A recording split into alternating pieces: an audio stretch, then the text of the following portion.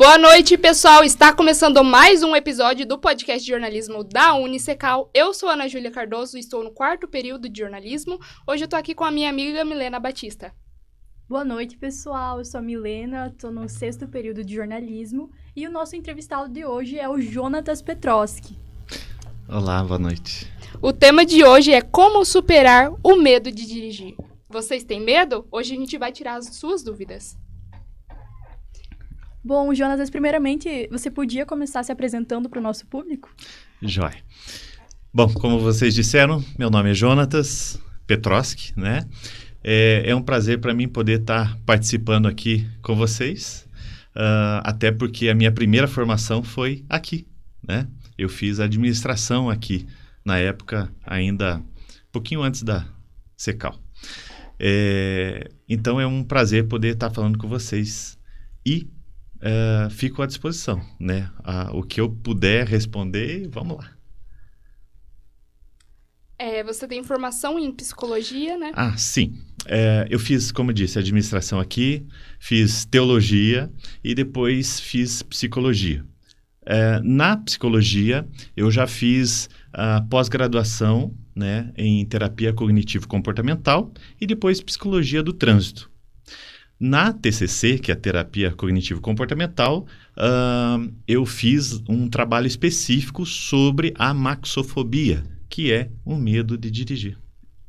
Então, Jonatas, para começar, eu queria saber se você acredita que é melhor que a pessoa já vá para a autoescola meio que sabendo o mínimo de dirigir, ou o aceitável seria que ela aprendesse com o instrutor da autoescola?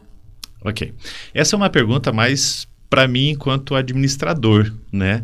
Porque também sou empresário, né? Tenho autoescola também. E, assim, para a autoescola é indiferente se a pessoa chega sabendo dirigir ou não, né? É claro que aprender fora da autoescola, perante a lei, está errado, né? Então, o correto é vir aprender na autoescola. E na autoescola vai aprender do jeito certo, do jeito que é exigido para passar no exame. Esse é o fundamento. Se a pessoa já vem com uma noção, aí precisaremos lapidar aquilo para que a pessoa faça da maneira correta com que o exame exige, né?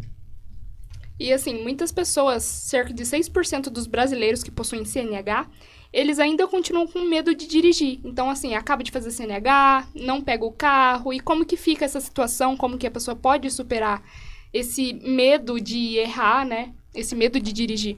Ok.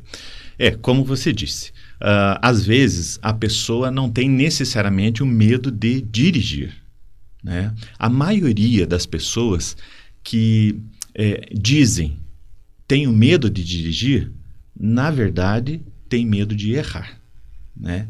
Então, é preciso discernir, diferenciar isso no quesito de tratamento psicológico para que o protocolo terapêutico usado aí são diferentes para quem tem medo de dirigir e para quem tem medo de errar, propriamente dito, né?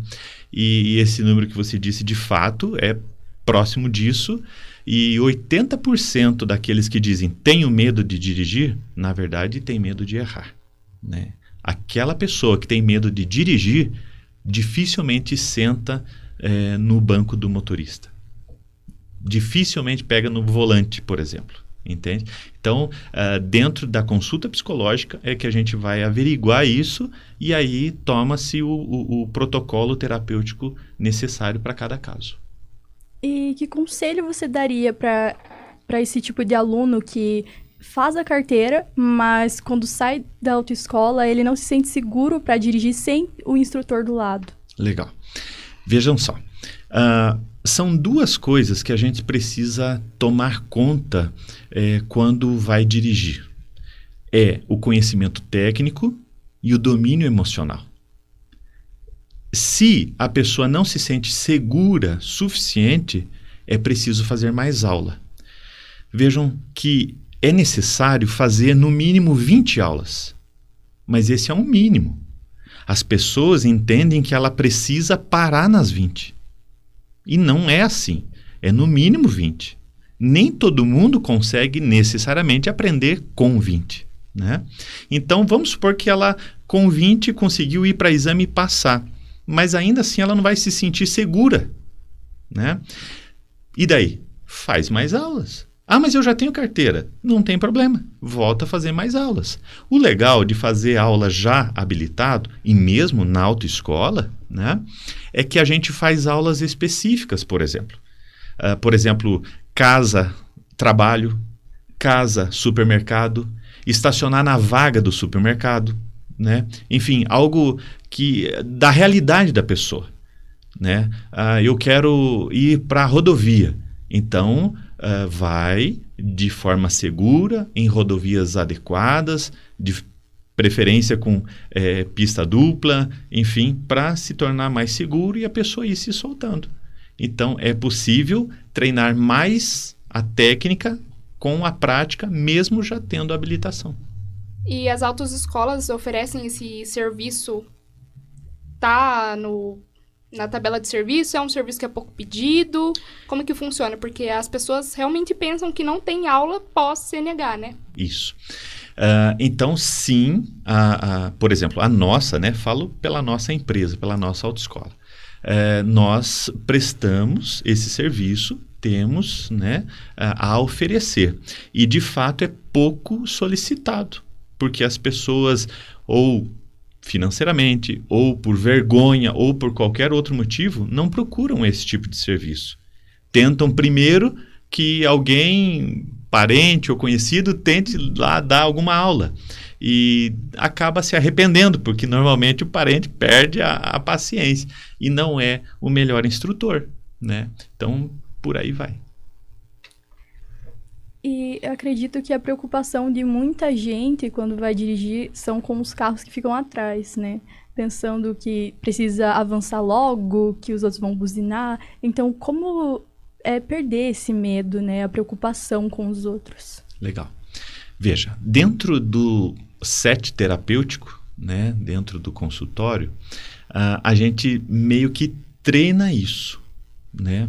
E a primeira situação é pensar de uma forma mais estruturada, reestruturar a cognição para entender qual é o perigo real de alguém atrás. Qual é o perigo real se eu não arrancar, se eu deixar que o motor desligue, que a gente fala apagar, né? O que vai acontecer? Né? Existem os perigos reais. Alguém pode buzinar, sim. Alguém pode gritar. O máximo que pode acontecer, teoricamente, é isso. Né? Aí a pessoa pode desviar. Você pode tentar dar a partida de novo e seguir. Quando a pessoa está fazendo aula na autoescola, o carro é todo preparado. Tem as faixas, está escrito lá autoescola, então subentende-se que está aprendendo, que deve se manter distância, que o erro é iminente, né? Agora, se a pessoa já é habilitada, entende-se então que esses erros diminuíram ou não existirão, pelo menos com tanta frequência. Mas e se houverem? E esse é o medo da pessoa, né? O medo de ser avaliado, o medo de ser criticado ou xingado, enfim, né? Aí tem que trabalhar a técnica, né? Tem que praticar mais, mas também tem que ter o domínio emocional. Aí entra a figura do psicólogo, né? Para a gente poder trabalhar isso, a questão emocional, como que a pessoa está se entendendo, se ela está pensando de uma forma adequada, se a ansiedade está imperando, né? Então, tudo isso aí a gente vai trabalhar dentro do consultório de psicologia. E é engraçado que, assim, muitas vezes as pessoas colocam aquela faixa bem famosa nas redes sociais, recém-habilitada, tem empatia. Visando isso, assim, como que a minha prima perguntou aqui, beijo, Giovana, como que a gente supera o medo quando a pessoa está do lado, aí a pessoa começa a falar, geralmente é um pai, é um primo, está ali ensinando ou às vezes não está ensinando. Às vezes você sabe, você tem segurança quando está sozinho, só que quando você está acompanhado, você gera ali uma ansiedade, um medo. Tá. Veja, Nesse caso, o medo gerado é pela avaliação, pela correção ou pela crítica, né? Então, quando a pessoa está fazendo terapia, ela já vai ter lá alguma técnica, por exemplo, contra a ansiedade, né? Mas ainda assim, fora isso, essa pessoa pode, ou a Giovana, né? Ela pode dizer lá para quem foi ou vai dirigir, acompanhá-la na direção, e dizer assim, antes de sair, vamos fazer aqui um combinado? E ali trabalhar esse combinado.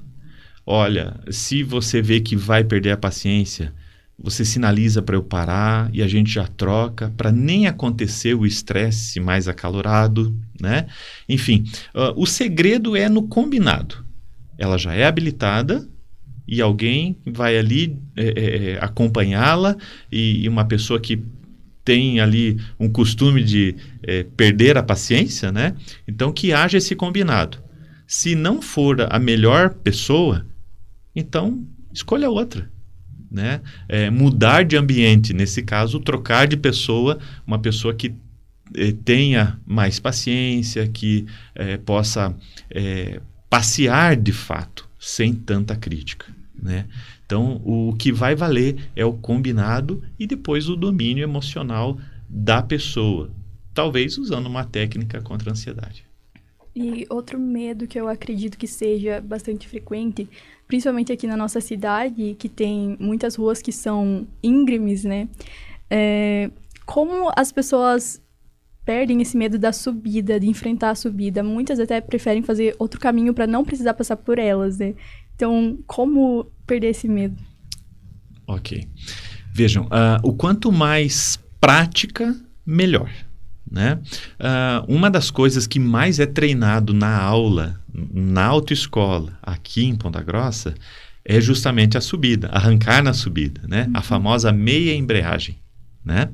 Então, o que precisa fazer? Treinar e treinar mais, né? Então, esse é o principal segredo. É mais técnica, é fazer mais e mais de novo, até que fique seguro. E, assim, que conselho você dá para quem vai tirar a primeira CNH, tá ali naquela expectativa, às vezes acha que vai ser uma coisa e não é? Então, como que a pessoa pode ali iniciar, relaxar, assim, digamos assim, ter uma segurança? Tá. A primeira coisa é a pessoa precisa se autoconhecer. Ela precisa entender quem ela é e quais são os seus limites. Emocionalmente, por exemplo, né? Reconhecer se a ansiedade está exagerada, porque a ansiedade é natural. Precisamos ter ansiedade. Eu digo que a gente precisa ter ansiedade para atravessar a rua, mas precisa ser no limite, precisa ter equilíbrio. Então, entender a si mesmo, né, essa propriocepção, né, entender até onde vai, como vai se comportar. Se a pessoa sabe que vai ficar muito ansiosa ao ponto de tremer a perna, por exemplo, né? Então, quer dizer que ela já não está dominando os seus níveis de ansiedade. Técnicas contra a ansiedade seriam muito adequadas nesse momento. Existe uma chamada técnica da respiração controlada. Existe outra que é 5, 4, 3, 2, 1, que tem a ver com os 5 sentidos, onde a pessoa sai, tanto uma como a outra, a pessoa sai do foco da ansiedade e vai para a situação da técnica em si, entende? Fazendo com que a resposta fisiológica do corpo diminua os níveis de ansiedade. E aí ela possa controlar mais as suas reações, por exemplo, o próprio corpo, se a perna vai pular ou não, enfim, né? Então, por que não fazer terapia, por exemplo? Né? Eu acho que ainda as pessoas têm muito esse estigma falando alto, né? Que terapia é para pessoas loucas, psiquiatras, então nem se fala, né? Então, mas tem outro ditado que diz: de médico e louco todo mundo tem um pouco. Então, se todo mundo tem um pouco, todo mundo precisa de terapia. E ali a gente aprende a se conhecer, Ali a gente se entende e passa a se dominar mais, ter domínio emocional e consegue passar pela prova. Não significa que a ansiedade vai ser zero, que vai ser só alegria, mas você vai saber lidar com aquilo. E existe algum segredo para a pessoa passar de primeira ou vai mais do controle emocional dela mesmo? Olha, como eu disse, são 2 fatores. É o técnico e o emocional, né? Então, fazer, por exemplo, as 20 aulas práticas e fazer uma pergunta de bom senso. Eu tô pronto? Eu tô seguro? Eu levaria as pessoas que eu amo junto comigo no meu carro? Essa Tô pronto? decisiva. Eu vou levar? Poxa, eu acho que para isso não. Faz mais aula. Mas custa dinheiro, eu vou ter que gastar mais. E o que é mais importante? Aí tem aquela máxima, né? Tem coisas que têm preço e tem coisas que têm valor. E aí? Vou fazer mais aula? Porque o valor que eu vou levar dentro do meu carro é muito maior do que o preço que ele vale, né? Então, começa por aí. Acho que a gente pode finalizar com essa fala Impactante. Assim, eu fico até sem palavras para descrever. E assim, vale da pessoa também, como ele disse, ver o valor das coisas, o valor da família. Pensar que quando você entra dentro de um carro para dirigir, você está dirigindo para você e para os outros. Então, a empatia é muito importante nesses quesitos. Você deseja dar uma palavra final? Sim. Aproveitar a oportunidade, em primeiro lugar, para agradecer, né, a Cecal, a vocês enquanto alunas, né, ao pessoal da estrutura. Agradecer também a estrutura em que me mantém, né, que é o consultório de psicologia, né, Perfecta Psicologia, fazendo aqui o meu merchan, né? E a minha empresa em especial é a Autoescola Veneza, né, só para deixar, às vezes alguém quer conhecer. Então, é claro que eu não posso fazer, né, quem vai fazer a carteira já ganha a consulta psicológica. Não, de forma alguma, né, é tudo muito bem dividido, né, mas quero agradecer, né, termino dizendo muito obrigado. E é isso, gente, por hoje é só e espero encontrar vocês em mais outros episódios. Boa noite.